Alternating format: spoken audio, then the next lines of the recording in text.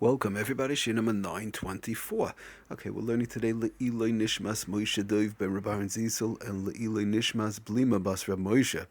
Okay, getting back to our malacha of MAKEH B'PATISH. So we are in the middle of talking about various different types of Isurim, which might come up in reference to making noise, making music on Shabbos, because of the gezerah that one might come to fix the item or fix musical instruments and so on. Okay, so I just want to, before we go further, I want to talk about one quick thing which we mentioned a few shiurim ago in reference to whistling. We said whistling in general was halachically was allowed as far as the Isurim of Shabbos.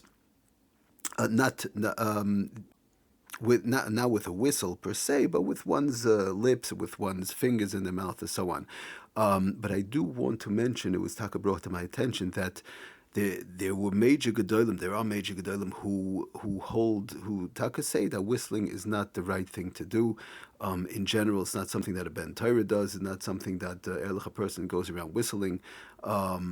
Somebody else, the halacha per se, the raw halacha, if you want to call it, as far as Shabbos goes, we said it was okay. But we have to know that even during the week, whistling is not really the right thing to do. People whistle here, whistle there. It's something that in general a guy does these things, starts whistling. In general, so one has to be careful even during the week to stay away from these inyanim. Okay, so now I want to continue on with our shiurim.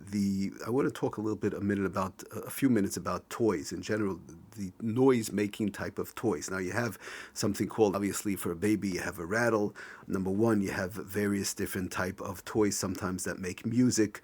Obviously, there's certain toys that light up sometimes, which we all understand that cannot be used on Shabbos. But many times there's toys that Ataka made to make sound, actually to make sound. You have two types of toys in general. Number one, they're made to make sound like a musical type of a toy, and that is the function of the toy. It makes music. And then you have a different type of a toy, for example, like a wind-up type of a car, whereby even though it makes noise, that's not the main function. Rav Simcha ben Imkon Shlita explains in the Sefer Shabbos Home that would not, when we're dealing with a toy, when it's not the main function of the toy to make the noise, even though along the side it makes noise like a wind-up car. Why am I winding up the little car? So that it could go. The child wants to see it go. It doesn't care about the noise. There's no interest in having the noise. I wind up the car and like this it goes. It makes noise, doesn't make noise. That's not the issue. And then you have some type of toys whereby it's made to make noise. Sometimes it's even made to make music. A musical. Sometimes he brings down a wind-up music boxes. He does in the Sefer Shabbos Home these various different type of toys. Sometimes you have a talking doll. You have a doll that plays music or doll that talks and these type of things, and you wind it up and it starts to talk. Obviously, the talking part of it or the musical part of it, if it's a music box or whatever. Or sometimes you have even smaller children. You might have these type of things whereby you press a certain button. Nothing to do with electricity. We're not getting into electricity right now, but sometimes it starts to play certain things. You turn a faucet of a sink and one thing plays, and you turn a different thing plays. Sometimes it's with a battery, which of course we cannot use, but sometimes it's just a manual type thing. But the point is that it's a toy that's made to make noise. So these are the two different types. You have one type that's made to make noise, and that's why the children play with it, and there's another type that it happens to make noise, but it's not the point of the toy. It's not the point of the game.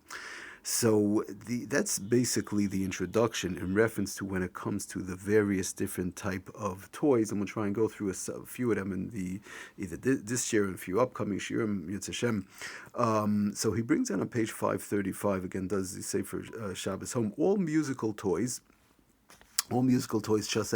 such as toy instruments or wind-up music boxes, these various type of things are included. And again, it's nothing to do with the battery, nothing to do with the electricity. That's not the issue. Of course, that cannot be used. But even if it's a manual type of a thing, are all included in the rabbinic decree, in the Issa Midrabanan, that prohibits a person from playing a musical instrument on Shabbos, which is what we've been talking about, because of the gezerah, one might come to fix it on Shabbos. Thus, none of these toys may be used on Shabbos. Okay, he goes further to say, furthermore, one is taka asur also to use even toys that are not musical, but are simply intended to make noise. Because as we've explained in the past, in reference to this gezerah, when the item, when it's a utensil, for example, like a door knocker we spoke about, like a bell, when it's a utensil that's made to make noise, that's when it's asur, even if one is just simply making noise and not using it for a musical type of a rhythm or so on. So he says, furthermore, one is forbidden, it's taka asur, to use even toys that are not musical, but are simply intended to make noise. These toys fall into the category of utensils made to create sound. That's what we said. Any utensil made to create sound is asur, just to use it for the sound. Therefore, they will all be also to use on Shabbos, even if the sound they create is not especially pleasant to the ear. It might be a funny type of a sound, but since it's made to make sound, that's where the problem comes up. As a general rule, he goes on to explain, as a general rule, then one may not use, for example, he gives a whole bunch of various different examples. A whistle, we spoke about, not whistling, which we spoke about before, but using a regular whistle. Rattles. Now we'll talk about there are those who are makel to give a rattle to a baby, but we'll get to that. I don't want to talk about that right now. But in general, as far as adults go, whistles, rattles, talking dolls, like we said, toy telephones. The telephone obviously is made to make sound, to make whatever it is that comes out of it, right? That's what the telephone is all about. Or any other sound-emitting toy on Shabbos. All these things would not be allowed to be used on Shabbos because they're made to make sounds. However, this is not a hard and fast rule. Like we said in reference to the rattle and so on, which we're going to see, it's not cut in stone, as they say, depending on the type of toy and also depending on the type of child, the age, and so on. There are certain situations in which these toys would be permitted on Shabbos. But again, we want to try and break it down. This is a general rule for adults, but depending on the age of the child and the need of the child, sometimes it might be mutter, which we're going to see.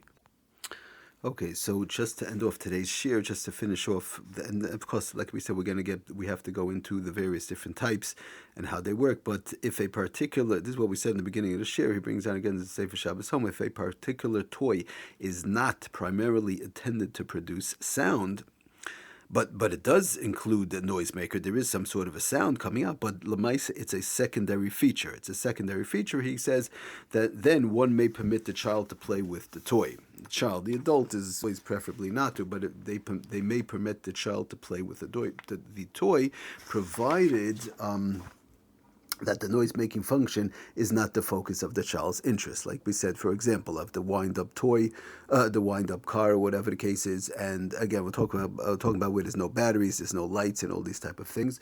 The function is that the toy should go for the child. The child's not interested in the noise so much. He brings down another example. For example, if a spinning top, like a top that has these spinning type of tops, if it emits clicking sounds, right? Sometimes it emits clicking sounds while it's spinning. It may be used on Shabbos since the sound is only secondary to the toy's primary function. Obviously, a top that's spun by a child, like a dreidel or whatever. So dreidel is a little different sometimes, but lemaisa, the function is the spinning. It's not so much the sound. The child is not so much looking at the sound. They want to look at the spinning of the top.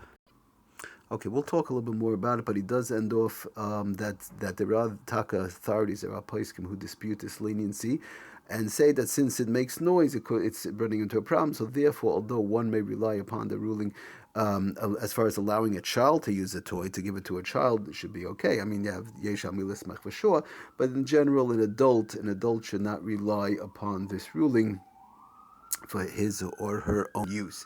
When it comes to playing with a child, so we'll see it's a little bit easier sometimes, but as far as for their own use, definitely an adult should be careful from all zinyanim. They should not use all these zinyanim for themselves. Thank you for listening. Aslach and bracha, kol tov.